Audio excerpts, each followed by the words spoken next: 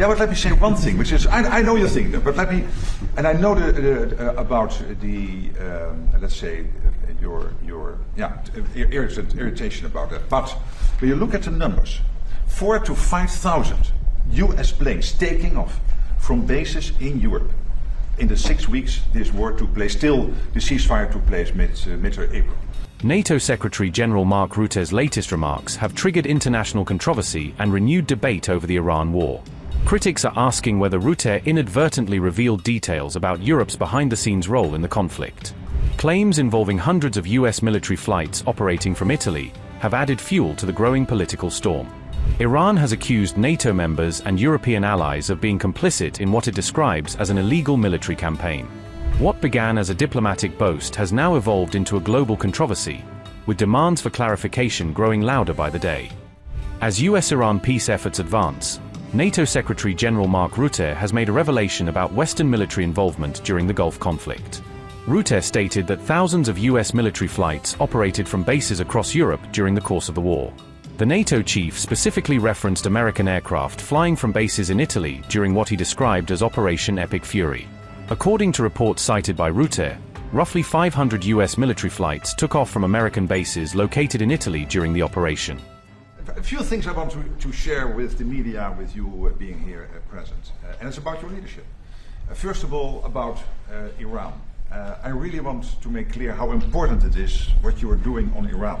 This is, first of all, about the nuclear capability Iran was basically getting its hands on. And that would have been a threat to the region, it would have been a threat to the whole world. This is a country which is exporting chaos, it is exporting terrorism, and they were very near to getting their hands on the nuclear capability. You have seen last week with the G7, all the leaders in the G7 applauding the fact that this nuclear capability has been degraded. This is extremely important, and I just want to make this clear, because sometimes people think, why was this whole Iran thing going on? This is about security, about safety. This is the leader of the free world taking responsibility beyond the shores of the United States for the rest of the world, and this is what you did. I know there have been debates about whether your allies in Europe were with you enough. I just want to say one thing, which is sometimes... Yeah, but let me say one thing, which is, I know you're thinking that, but let me, and I know about the, let's say, your irritation about that. But when you look at the numbers, 4,000 to 5,000 US planes taking off from bases in Europe in the 6 weeks this war took place. Still, the ceasefire took place mid-April. Bucharest, the airport in Romania, having to close. It had to close for commercial traffic because they had to make sure that you were able to send a tanker aircraft up in the air. So this is what I know. There have been isolated cases about which you are really disappointed, but generally speaking, your European allies have been there with you. I really want to make the point. 4,000 to 5,000 US planes taking off from European air bases. So that's about Iran. Iran has seized on Mark Rutte's remarks, arguing that they prove NATO played a direct role in supporting the U.S. Israeli campaign against Tehran. Iranian Foreign Ministry spokesman Ismail Baghai described the comments as a clear admission of NATO's complicity in the conflict. Ismail Baghai said, and I quote, "This is a clear and damning admission of NATO's active complicity in an unlawful war of aggression against a sovereign UN member state, a flagrant violation of peremptory norms of international law and the core principles of the UN Charter. The organization and its individual member states that participated in such decision-making must be held accountable for all the consequences. Italy and Romania are explicitly named by NATO's SG to have participated in the aggression against Iran. They, along with every other European country that has assisted the American-Israeli aggression against Iran, must explain to their own people and to the world why they chose to collude in this blatant act of aggression and in the commission of mass atrocities against Iranian peoples in Minab, Lamed, Tehran, Isfahan, Sanandaj, Hamadan, Tabriz, Shiraz, Bandar Abbas, etc. Iran has also demanded accountability from countries that it claims helped facilitate US military operations during the conflict. A major rift has erupted within NATO just as tensions between Italy and the United States appear to be easing. Italy has sharply criticized NATO chief Mark Rutte for suggesting Rome played a role in Trump's military campaign against Iran.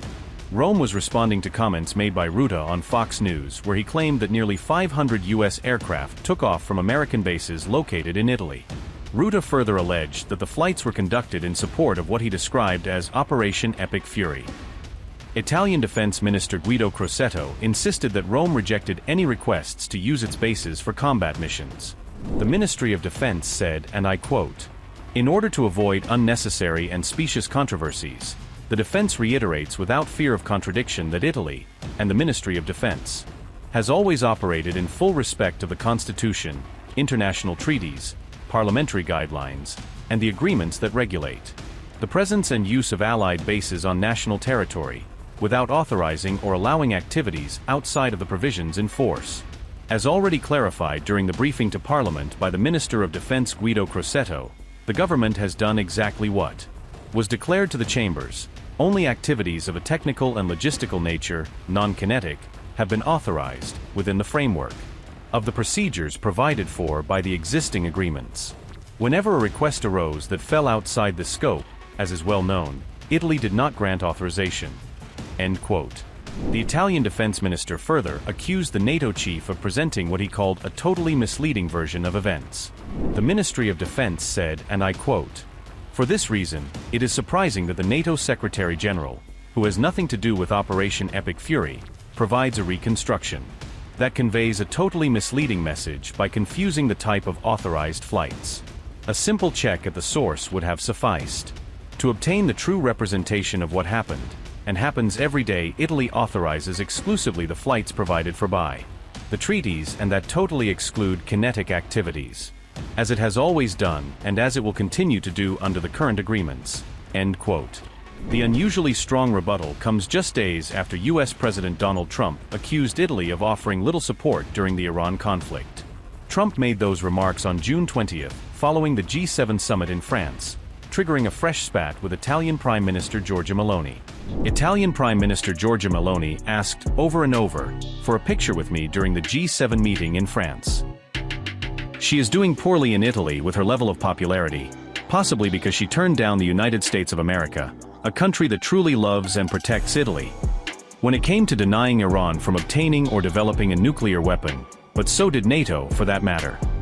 She wouldn't even let us use Italy's landing strips or runways, a great logistical inconvenience, and this despite the fact the US contributes hundreds of billions of dollars a year to protect Italy and other so-called NATO allies.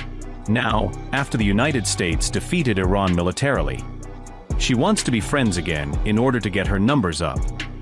No thanks. Unquote. Italian Prime Minister Giorgia Meloni published a sharp retort to Trump's latest claims, adding fuel to the diplomatic firestorm between USA and Italy. Giorgia Meloni said, and I quote, "President Trump, these constant, unprovoked attacks are senseless. As for my popularity, being your friend certainly has not helped it, nor does it depend on my relationship with you.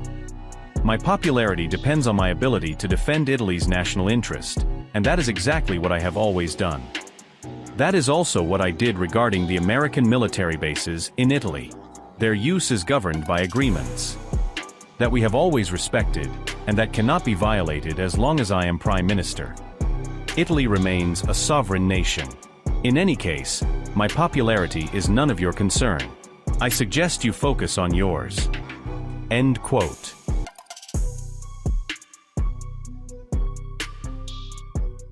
Meloni claps back at Trump over his begging for picture remark, turning a personal jab into a full-blown diplomatic spat. "Neither I, nor Italy, ever beg," Meloni says, slamming Trump's story as a totally invented and disrespectful claim. A rift deepens between the one-time close allies, as Trump's bizarre comments drive a new wedge into US-Italy relations. Italy's foreign minister cancels a planned visit to the United States in direct response to the escalating war of words. The Italian minister says Trump's offensive words do not just insult Meloni, but offend the dignity of all of Italy. The uproar erupted after the American president's controversial public remarks about the Italian prime minister. Trump said, quote, "She's probably happy I talked to her. I didn't have to talk to her. She begged me to take a picture with her. She wanted a picture with me so badly. I wouldn't have taken it, but I felt sorry for her." Unquote. Well, some things deserve an immediate response. Donald Trump's statements are completely made up. I am frankly astonished. I don't know why the President of the United States behaves like this towards his allies. It is not the first time, moreover. I can only say it is disappointing that he does not show the same determination with the enemies of the West and of the United States, whose leaders he instead treats with far greater indulgence. There is one thing he should remember. Neither I nor Italy ever beg.